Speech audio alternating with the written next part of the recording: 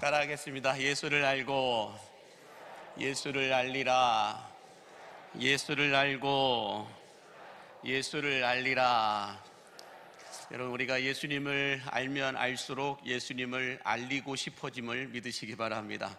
예수님을 알면 알수록 예수님을 만나고 싶어짐을 믿으시기 바랍니다. 예수님을 알면 알수록 우리는 예수님과 함께 하고 싶어지게 됨을 믿으시기 바랍니다. 그래서 예수님을 알고 예수님을 만났던 어느 누군가가 이런 글을 남겨놨습니다. 함께 읽어볼까요? 시작. 인생의 방황은 예수님을 만나면 해결되고 신앙의 방황은 좋은 교회를 만나면 해결된다. 바라기는 오늘 드려지는 예배를 통하여 여러분의 인생의 방황이 멈춰지게 되고, 또 우리 광림교회를 통하여 여러분의 신앙의 방황이 멈춰지게 되기를 원하신다면 아멘 하시기 바랍니다.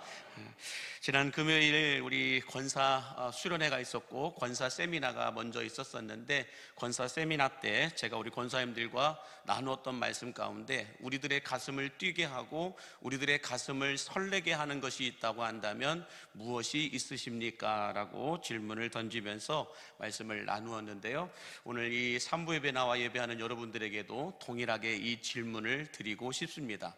여러분의 가슴을 뛰게 하는 것, 여러분의 가슴을 설레게 하는 것이 있다고 한다면 무엇이 있습니까? 한번 생각을 속으로 해보시기 바랍니다. 어떤 분들은 삼겹살을 생각하면 가슴이 뛴다라고 말씀하시는 분들이 있고, 또 어떤 분들은 첫사랑을 생각하면 다시 가슴이 설레이고 가슴이 뛴다라고 말하는 분들도 있습니다. 어떤 분들은 물가를 보면, 물만 보면 가슴이 뛴다. 왜? 고기 잡아야 되니까.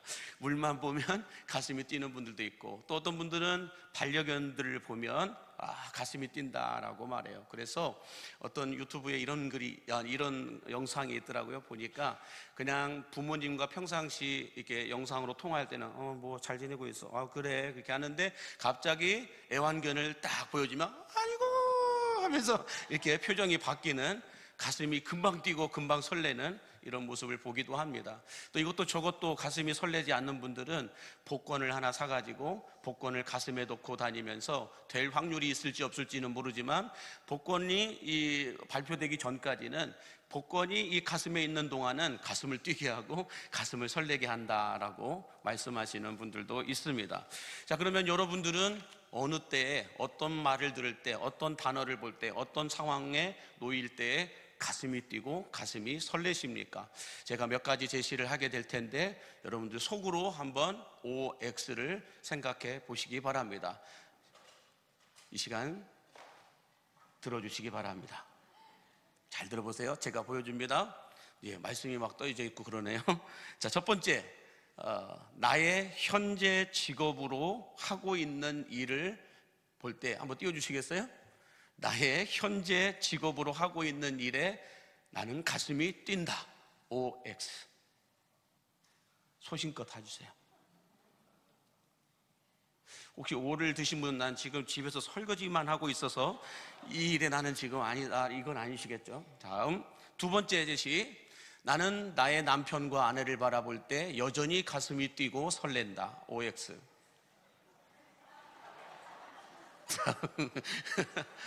여러분, 웃지 마시고 여러분들도 한번 생각을 해보세요. 내가 O인지 X인지. 세 번째, 나는 신혼 때 사진들을 보면 아직도 가슴이 뛰고 설렌다. 시작. 2부 때 보니까 나는 신혼 때 사진이 없다, 또 이렇게 생각하시는 분들도 있는데, 네 번째, 나는 맛있는 것을 먹거나 아름다운 자연 광경을 보면 가슴이 뛴다. OX. 아이고.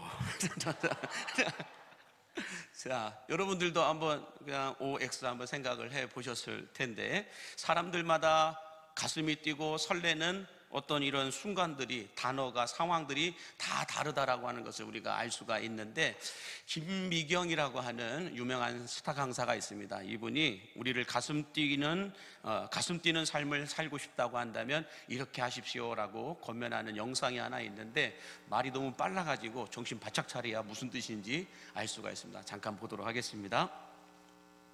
심장이 뛸 때까지 뛰어야 운동 효과가 있듯이 내 가슴이 뛰려면 내 발이 먼저 뛰어져야 심장이 뛰는 겁니다. 가슴 뛰는 꿈을 찾고 싶어요? 그럼 막 뛰세요. 막 어학연수 가고 지금 이분 처음에 가고 가슴이 뛰지 않고 가슴이 두근 거릴걸? 근데 제가 얘기한 대로 월요일은 뭐 저기 영어 독서 모임 나가고 화요일에 이런 또 네트워킹 하는데 뭐 칵테일 파티 같은 데 가고 수요일은 라틴 댄스 같은 거 막 배우면서 친구도 사귀고 거기서 그럼 그렇게 보내봐라. 그럼 어떤 이제 내 발이 먼저 뛰니까 내 가슴이 뛰는 거야. 3달 지나면 진짜 잘했어 나 뭔가 할 수 있을 것 같아.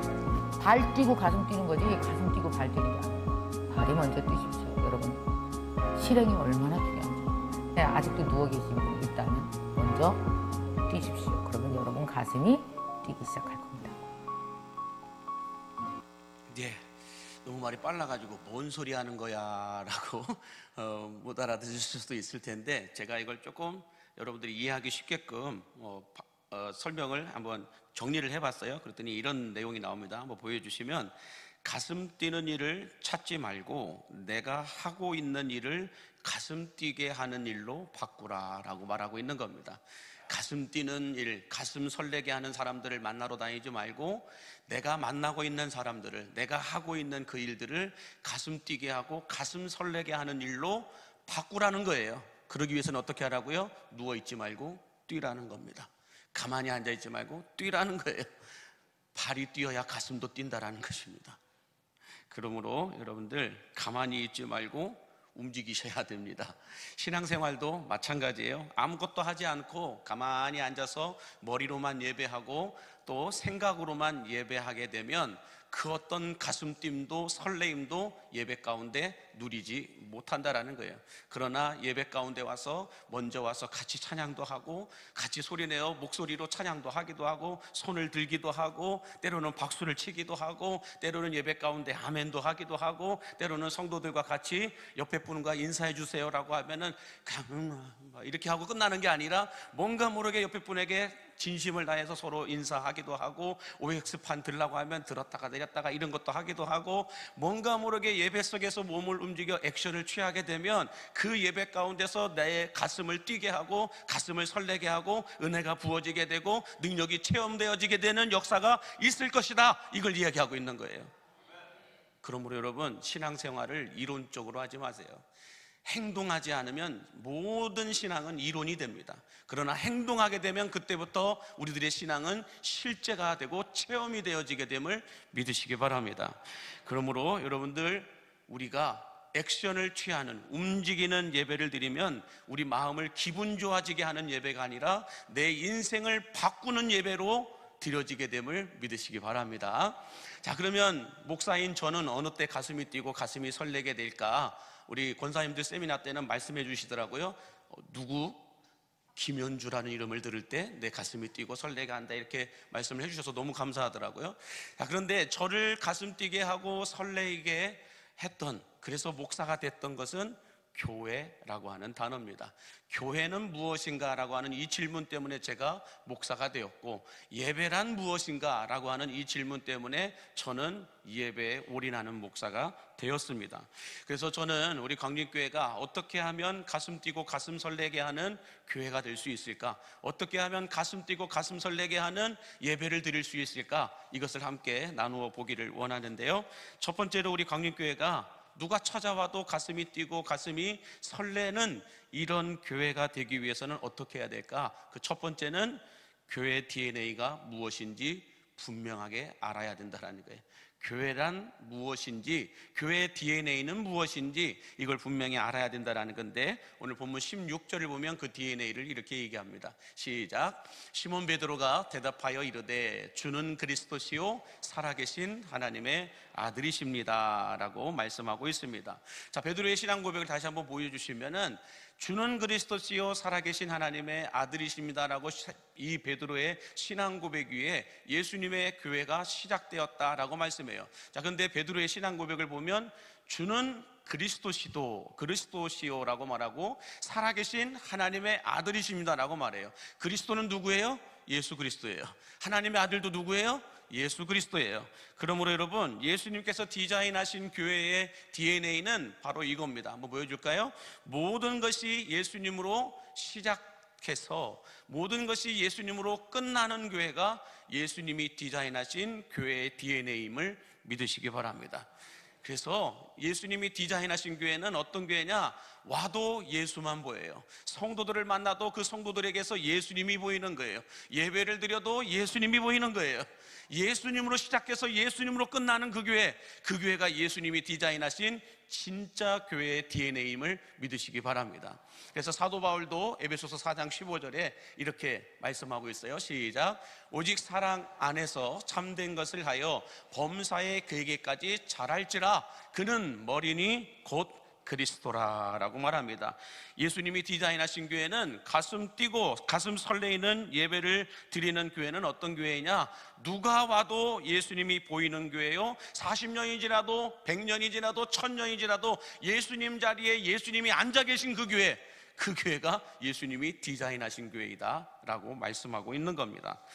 그런데 안타깝게도 오늘날 한국교회의 모습을 보면 예수님이 잘 보이지 않습니다.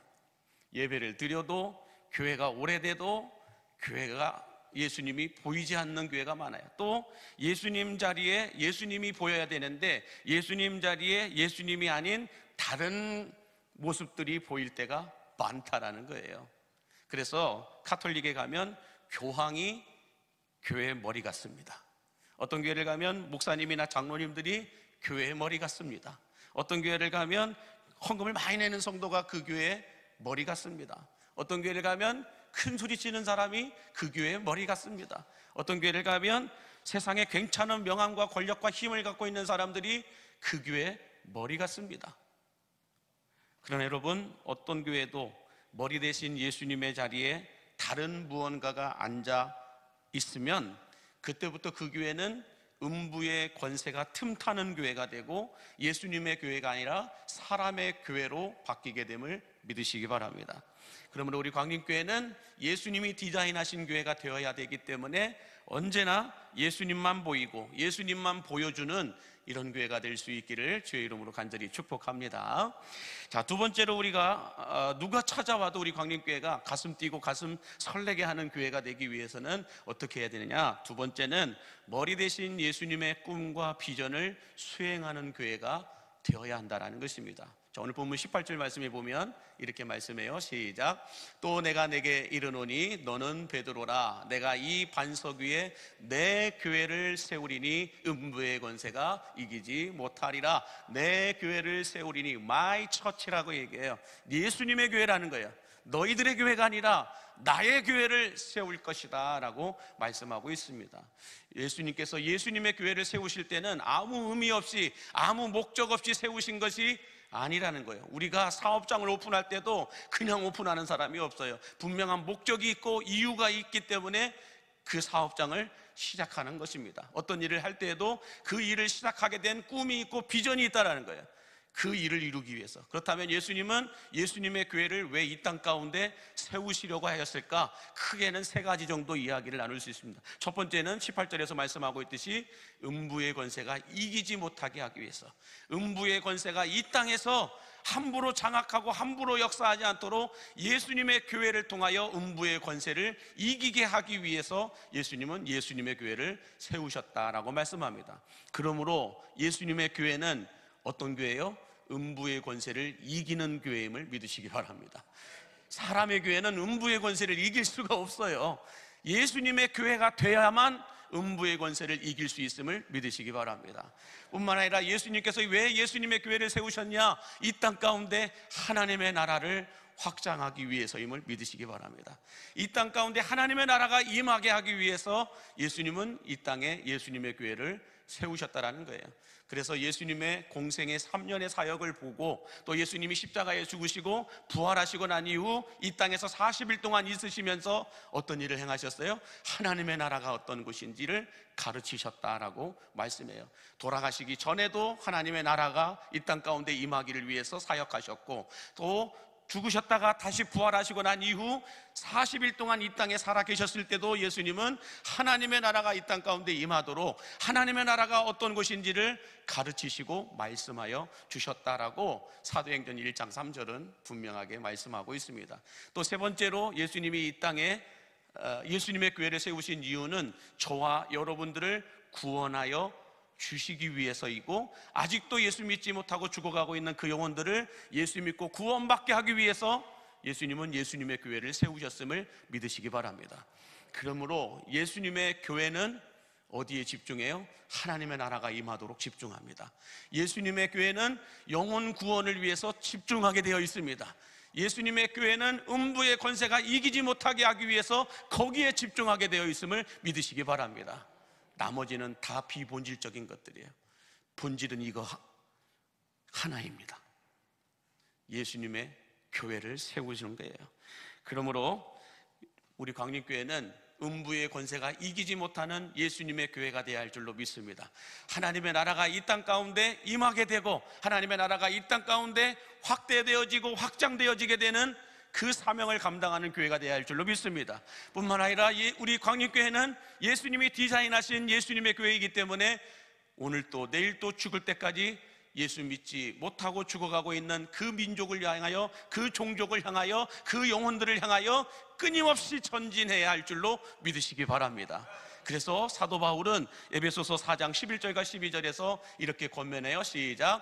그가 어떤 사람은 사도로, 어떤 사람은 선지자로, 어떤 사람은 복음 전하는 자로, 어떤 사람은 목사와 교사로 삼으셨으니 이는 성도를 온전하게 하여 봉사의 일을 하게 하며 그리스도의 몸을 세우려 함이라. 그리스도의 몸을 세운다는 게 뭐예요? 예수님의 교회를 세운다는 거예요. 그래서 사도로, 선지자로, 복음 전하는 자로, 목사와 교사로 우리를 부르셔서 어떤 일을 하게끔 하신다는 거예요? 예수님의 교회를 세우신 그 꿈과 비전을 이루는 것, 음부의 권세가 이기지 못하게 하고 하나님의 나라가 임하게 하고 땅끝까지 예수 그리스도의 복음을 전하게 하는 이 세 가지의 예수님의 꿈과 비전을 이루기 위해서 여러분을 예수 믿고 구원받게 하셨습니다. 여러분을 택하여 광림교회로 보내어 주셨습니다. 그래서 어떤 이들은 선지자로, 어떤 이들은 복음 전하는 자로, 어떤 이들은 교사로, 목사로, 목자로 여러 가지 교회 안에 있는 직분들을 통하여 예수님은 이 세 가지의 꿈을, 이 세 가지의 비전을 이루기를 원하시고 계신다라는 것입니다. 그러므로 여러분, 교회라고 하는 것은 단순히 천국 가기 위한 수단으로 존재하는 곳이 아니에요. 교회는 머리 대신 예수님의 이 세 가지의 꿈과 비전을 이루기 위하여 존재하는 곳임을 여러분 믿으시기 바랍니다. 자, 그러면 교회의 머리 대신 이 예수님의 꿈과 비전을 수행하는 교회가 예수님의 교회인데, 이 예수님의 교회를 교회론적 관점으로 크게 두 가지 교회로 여러분들 설명을 하는데, 좀 신학적인 이야기예요. 그래서 조금 어려울 수도 있지만 전하는 자가 유성남 목사이기 때문에 쉽게 전하여 드릴 것을 약속드립니다.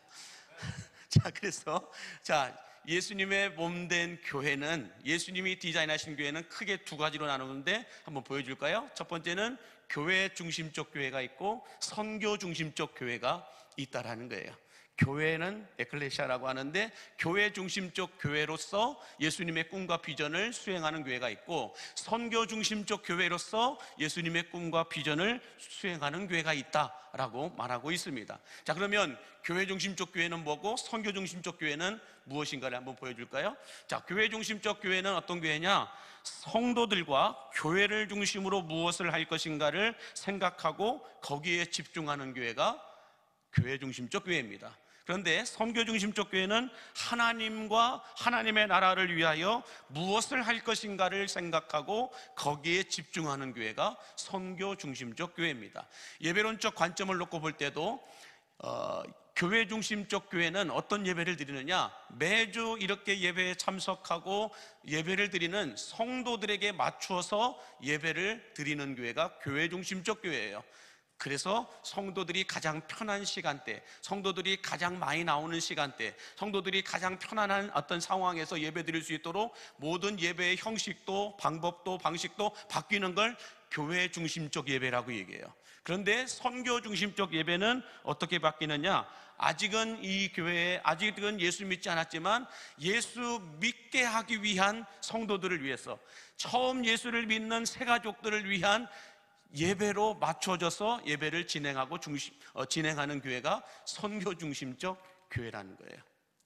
아직은 예배에 대해서 익숙하지 않고 교회에 대해서 잘 모르는 그들을 위해서 예배의 형식과 예배의 시간과 예배의 내용들을 만들어서 바꾸어서 드리는 교회, 이런 예배를 선교 중심적 예배라고 말합니다. 교회 사역과 방향성에도 여러분 마찬가지입니다. 다음 거 한번 보여주실까요?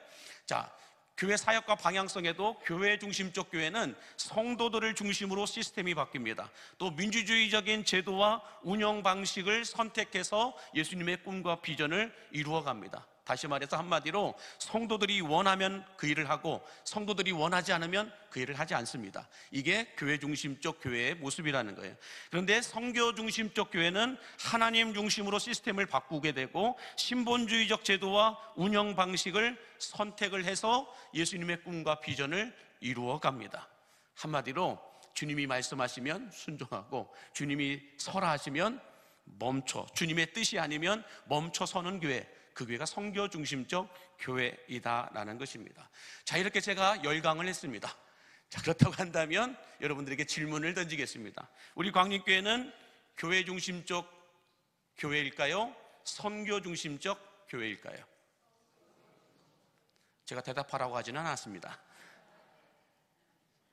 OX 한번 해볼까요? 자, 우리 교회는 교회 중심적 교회일까요? 선교 중심적 교회일까요? 다시 말해서 우리 교회는, 우리 광림교회는 교회 중심적 교회가 되어야 할까요? 선교 중심적 교회가 되어야 할까요? 이제 이것도 각각 OX가 있을 거예요, 아마. 그런데 중요한 건 뭐냐면 잘못 착각하고 생각하면 교회 중심적 교회는 틀리고 선교 중심적 교회는 맞다라고 생각을 해요. 또 반대로 선교 중심적 교회는 틀리고 교회 중심적 교회가 맞다라고 생각을 할 수가 있어요. 근데 여러분, 교회 중심적 교회도 맞고 선교 중심적 교회도 맞습니다. 어떤 방식과 어떤 방법을 선택하여 예수님의 꿈과 비전을 이룰 건가, 이것이 진짜이지 교회 중심적 교회냐 선교 중심적 교회냐, 이것이 중요한 것은 아니라는 거예요. 그렇다면 어느 쪽에 무게중심을 더 두고 예수님의 꿈과 비전을 이루어 갈 것이냐, 이것을 선택할 수 있어야 된다는 건데, 그런데 우리 광림교회는 이제 새로운 40년의 여정은 선교 중심적 교회가 되어야 할 줄로 믿습니다. 선교 중심적 교회의 모습으로, 방식으로, 방법으로 예수님의 꿈과 비전을 이루어 가야 할 줄로 믿습니다. 그 이유는 예수님께서 세우신 교회는 선교 중심적 교회의 무게중심이 더 많았기 때문임을 믿으시기 바랍니다.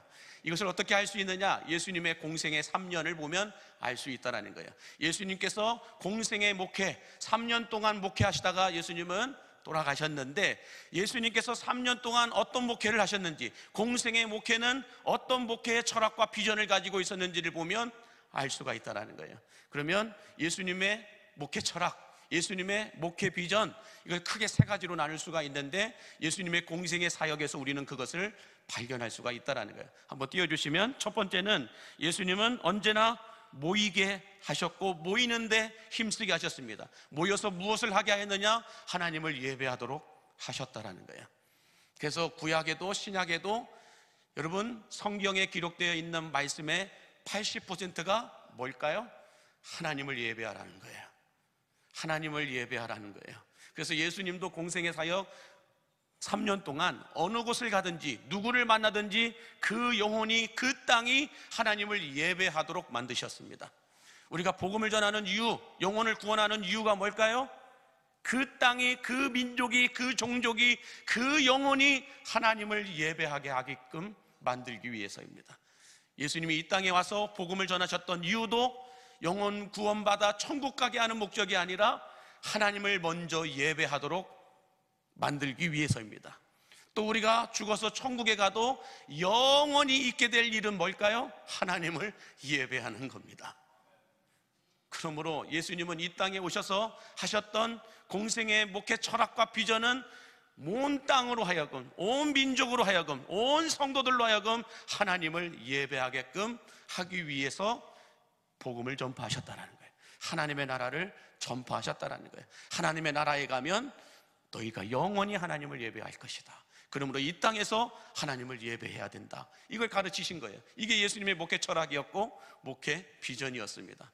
그러면 우리가 여러분 전도하는 이유도, 영혼 구원받게 하는 이유도, 천국 가게 하는 것도 목적이죠. 그러나 천국 가서 영원히 해야 될 일은 하나님을 예배하는 것이다. 이걸 가르쳐야 된다는 거예요. 이 일을 위해서 우리는 복음을 전파하는 겁니다. 두 번째로 예수님의 목회 비전과 철학은 무엇이었느냐? 하나님이 어떤 분이신지, 하나님의 나라가 어떤 곳인지를 가르치고 양육하고 훈련시키셨다는 거예요. 예수님의 제자들을 부르셔서 가르치시고 함께 동고동락하면서 예수님이 훈련시키셨던 것은 하나님이 어떤 분이신지, 하나님의 나라는 어떤 곳인지를 가르치셨다라고 말씀하고 있죠. 세 번째로 예수님의 목회 비전과 철학은 구원의 역사를 이어가게 하는 겁니다. 하루를 천년같이, 천년을 하루 같게 만들면서 아직도 구원받아야 될 그 영혼들을 기다리고 계시는 그 하나님께 예수님은 끝까지 복음을 전파하셨고 복음의 증인, 예수 그리스도의 증인이 되게끔 하셨는데 그 일을 위해서 성령을 받아야 한다고 말씀하셨습니다. 오직 성령이 너에게 임하시면 너희가 권능을 받고 예루살렘과 온 유대와 사마리아와 땅 끝까지 이르러 뭘 해야 된다는 거예요? 예수님의 증인이 돼야 된다라고 말씀하고 있는 거예요. 성령 받게 하신 이유는 증인으로 살아가라는 거예요. 그러므로 여러분, 교회 안에서만 예수님의 증인의 모습으로 살지 마시고 교회 밖에 나가셔서 예수님의 증인으로 살아가실 수 있게 되기를 바랍니다. 머리로만 예배하고 머리로만 이해하고 머리로만 알고 있으면 이론적인 신앙인이 됩니다. 이론 신앙이 돼요. 이론 신앙은 어떤 은혜도, 어떤 축복도, 어떤 능력도, 어떤 기적도 체험할 수가 없어요. 그러나 실제적인 신앙, 실제 신앙을 가지고 살아가게 되면 성경에 기록되어 있는 은혜도, 능력도, 축복도 받아 누릴 수 있음을 여러분 믿으시기 바랍니다. 그러므로 우리는 여러분 예수님의 이 목회 비전과 철학을 이 땅 가운데서 수행해야 될 예수님의 교회입니다. 목사의 교회도 아니고 장로님들의 교회도 아니고 성도들의 교회도 아니에요. 광림교회는 예수님의 교회임을 믿으시기 바랍니다. 예수님의 이 꿈과 비전을 수행하게 하기 위해서, 이루시기 위해서 여러분들을 부르셨습니다. 여러분들을 불러서 이런 모습으로, 저런 모습으로, 이런 직분으로, 이런 역할들로 그 꿈과 비전을 수행하도록 예수님은 우리를 오늘 또 인도하고 계시고 사용하고 계심을 믿으시기 바랍니다. 그 꿈은, 그 비전은 세 가지라고 말씀드렸어요. 음부의 권세가 이기지 못하게 하라는 거예요. 음부의 권세가 틈타서, 음부의 권세가 교회 안에 들어와서 마음대로 활개치고 다니도록 만들지 말고 음부의 권세가 이기지 못하도록 만들어야 한다는 거예요. 두 번째는 하나님의 나라가 이 땅 가운데 임하게 해야 된다는 거예요. 여러분이 가는 곳엔 하나님의 나라가 임해야 돼요. 여러분이 교회로 오면 우리 교회 안에 하나님의 나라가 임해야 되고, 여러분이 직장으로 가면, 일터로 가면, 가정으로 가면, 여러분이 누구를 만나든지 간에 그곳에 하나님의 나라가 임하게 해야 된다는 거예요. 하나님의 나라가 임하게 되면 하나님께서 말씀하신, 기록되어진 은혜와 축복이 그곳에 임하게 됨을 믿으시기 바랍니다. 그리고 우리가 죽을 때까지 해야 되는 건 그 민족이, 내가 밟고 있는 그 땅이 하나님을 예배하도록 만들기 위해서 그곳에서 복음을 전파해야 한다고 말씀하고 있습니다. 민족까지 가서, 미전도 종족에게까지 가서, 아니면 내 주변에 땅끝이라고 말하는 아직도 예수를 알지 못하고 믿지 못하고 있는 그들에게 가서 우리는 예수 그리스도의 증인으로 살아가야 된다는 거예요. 그것이 예수님의 꿈과 비전을 수행하는 교회의 모습입니다. 그러므로 바울은 에베소서 4장 13절과 16절에서 마지막으로 이렇게 말씀해 주고 있어요. 시작. 우리가 다 하나님의 아들을 믿는 것과 아는 일에 하나가 되어 온전한 사람을 이루어 그리스도의 장성한 분량이 충만한 데까지 이르리니 그에게서 온몸이 각 마디를 통하여 도움을 받음으로 연결되고 결합되어 각 지체의 분량대로 역사하여 그 몸을 자라게 하며 사랑 안에서 스스로 세우느니라. 그 몸을 자라게 하며, 이게 참 중요한 말씀입니다. 예수님의 교회는 조직체가 아니라 생명체임을 믿으시기 바랍니다. 조직체가 아니고 생명체이기 때문에 시간이 지나면 지난 만큼 자라나야 되고 성장해야 되고 성숙해야 할 줄로 믿습니다. 어린아이가 태어났으면 시간이 지난 만큼 몸이 자라나고 마음이 자라나고 생각이 자라나고 인생이 자라나야 할 줄로 믿습니다. 왜요? 조직체가 아니고 생명체이기 때문에 그렇습니다. 그러므로 여러분, 우리 광림교회가 이제 내년이면 40년이 됩니다. 40주년 동안 하나님의 은혜가 부어졌고 40년 동안 하나님의 축복이 부어졌습니다. 그러면 부어진 은혜만큼, 부어진 축복만큼 우리 교회도 자라나야 됩니다. 성장해야 된다는 거예요. 그런데 하나님의 은혜가 부어지지 못하도록 막아져 있는 장애물이 있고 방해물이 있다고 한다면 40년이 지나도 성장하지 못하고 성숙할 수 없다라는 거예요.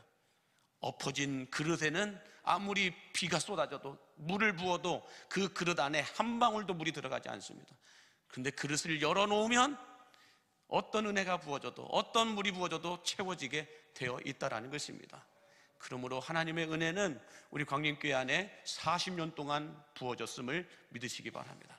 하나님의 축복도 40년 동안 부어졌음을 믿으시기 바랍니다. 뿐만 아니라 하나님의 은혜는 앞으로 40년도 부어주실 것을 믿으시기 바랍니다. 하나님의 말씀의 능력과 축복도 앞으로 계속해서 40년 동안 부어지게 될 것을 믿으시기 바랍니다. 중요한 것은 이제 우리가 마음을 열고 영을 열고 모든 것을 열어 그 은혜와 축복을 우리가 받아 적용할 때에 우리는 자라나게 됨을 믿으시기 바랍니다. 이걸 우리는 성숙이라고 하고 성장이라고 하고 부흥이라고 얘기를 합니다. 콩나물이 그냥 놔두면 그냥 그대로예요.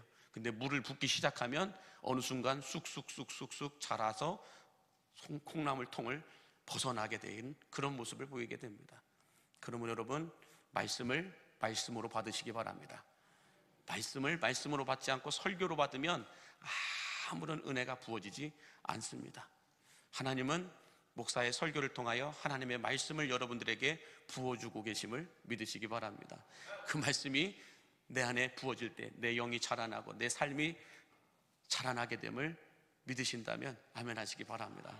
그러므로 여러분, 우리는 이제 선교 중심적 교회로, 선교 중심적 예배를 통하여서 하나님이 우리에게 끊임없이 부어주고 계시는 그 은혜와 축복을 받아 누림으로 말미암아 이제 새로운 40년은 더 성장하고 더 성숙하고 더 부흥하는 광림교회가 되기를 원한다면 아멘 하시기 바랍니다. 기도하겠습니다. 교회의 머리가 되신 주님, 광림교회가 머리 되신 예수님의 교회가 될 수 있도록 언제나 예수님으로 시작하고 예수님으로 마무리되는 교회가 되게 하여 주옵소서. 특별히 음부의 권세가 이기지 못하는 예수님의 교회가 되게 하여 주시옵시고, 하나님의 나라가 이 땅 가운데 임하게 하는 예수님의 교회가 되게 하여 주시옵시고, 땅끝까지 예수님의 증인이 되어 예수 복음을 전파하는 예수님의 증인이 되는 광림교회가 되게 하여 주옵소서. 그래서 예수님께서 이 땅에서 3년 동안 목회 비전을, 목회 철학을 가지고 하셨던 것처럼 모여 하나님을 예배하는 일에 성공하게 하여 주옵소서. 모여서 하나님의 말씀을 배우는 일에 성공하게 하여 주옵소서. 이제는 그 말씀을 듣고 배웠기 때문에 예수 복음 들고 세상으로 다시 나가는 일에 성공할 수 있는 우리 광림의 성도들 되게 하여 주옵소서. 그래서 이제는 선교 중심적 교회로, 선교 중심적 예배로 하나님의 나라를 확장해 나가는 우리 광림교회와 성도들 되게 하여 주옵소서. 예수님의 이름으로 축복하며 기도하옵나이다. 아멘.